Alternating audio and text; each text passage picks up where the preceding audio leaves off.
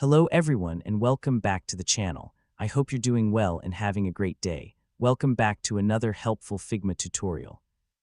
In today's video, I'll show you how to use variables in Figma. Variables are useful because they allow you to store reusable values, such as colors, numbers, and text, and use them throughout your designs. This can help you keep your designs organized and make it easier to update them later. So let's get started. First, open your Figma design file. Now look at the left side of the screen and click on Variables. Next, create a new variable collection. After creating the collection, create a new variable. For this example, choose the color type.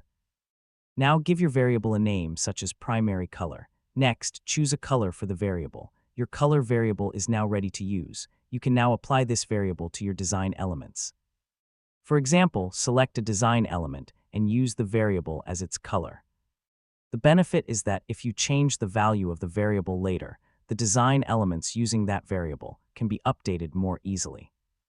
You can also create other types of variables, such as numbers, strings, and booleans, depending on your design needs, and that's how you can use variables in Figma. I hope this guide was helpful.